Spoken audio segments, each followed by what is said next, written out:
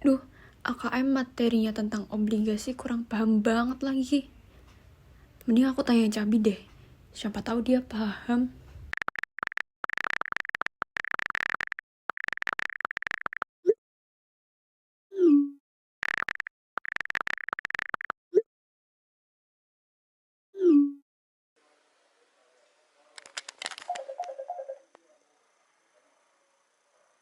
Halo, Iya, Cap. kenapa? Tolong bantuin tugas yang di Teams dong, AKM. Iya aku juga belum, kita nonton bareng aja di YouTube gimana? Ntar lewat Zoom meeting. Oke, Cap. Oke, wait ya.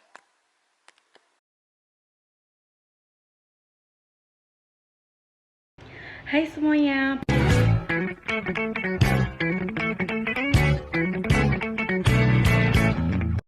Hai semuanya, perkenalkan nama aku Akna Wena Husna dengan NIM belakang 311. Di sini aku akan menjelaskan materi tentang obligasi. Nah, apa sih itu sebenarnya obligasi? Nah, buat kalian yang belum paham, simak ya. Nah, bagi kalian yang belum tahu, obligasi itu termasuk hutang jangka panjang loh. Di sini aku akan menjelaskan hutang jangka panjang ya. Jadi, hutang jangka panjang adalah kewajiban yang dimiliki oleh semua perusahaan yang memiliki jatuh tempo lebih dari satu periode dalam akuntansi.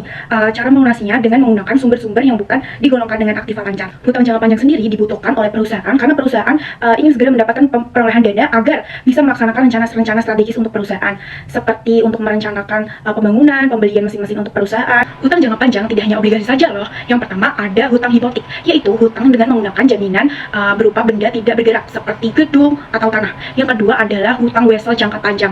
Yang ketiga ada perjanjian utang dengan menggunakan angsuran. Dalam akuntansi keuangan, hutang jangka panjang hanya akan dibahas hutang obligasi saja. Kenapa sih kok gitu? Karena ada beberapa perbedaan dalam akuntansi yang timbul terkait dengan hutang obligasi. Di antaranya ada perbedaan pembayaran obligasi, prosedur amortisasi premium obligasi atau diskon obligasi. Hai semuanya, balik lagi.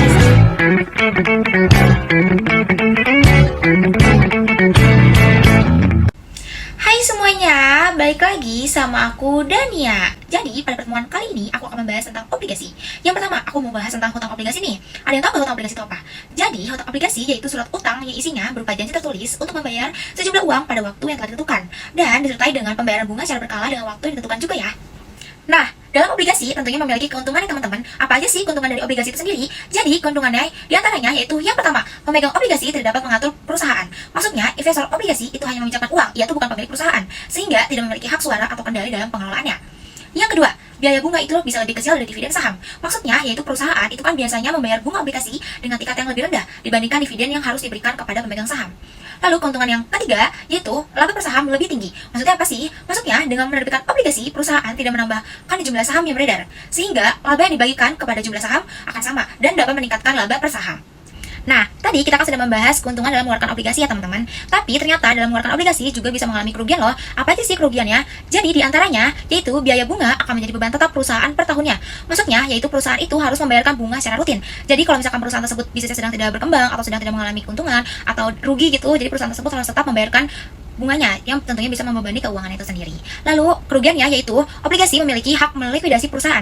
Maksudnya kalau perusahaan itu tidak mampu membayarkan utang obligasi, jadi pemegang obligasi itu dapat menuntut pelunasan melalui penjualan aset perusahaan dan dapat mengalami resiko kebangkrutan.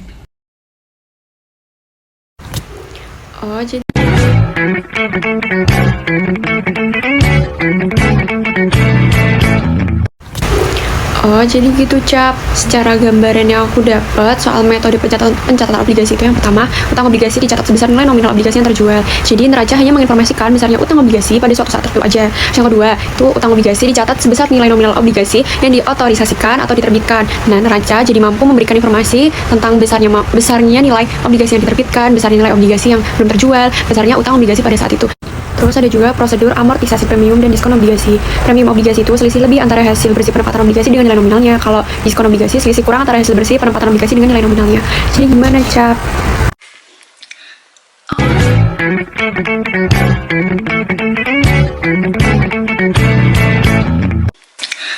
Oh, jadi gitu, Tal. Oke, sekarang aku paham. Nah, berarti kalau di obligasi kan ada pencatatan utang.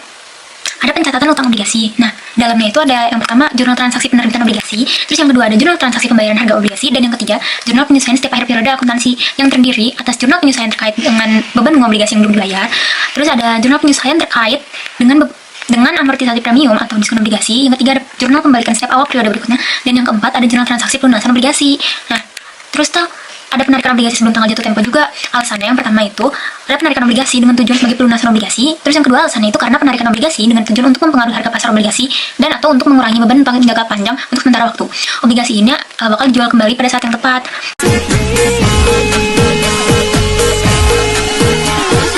One, two,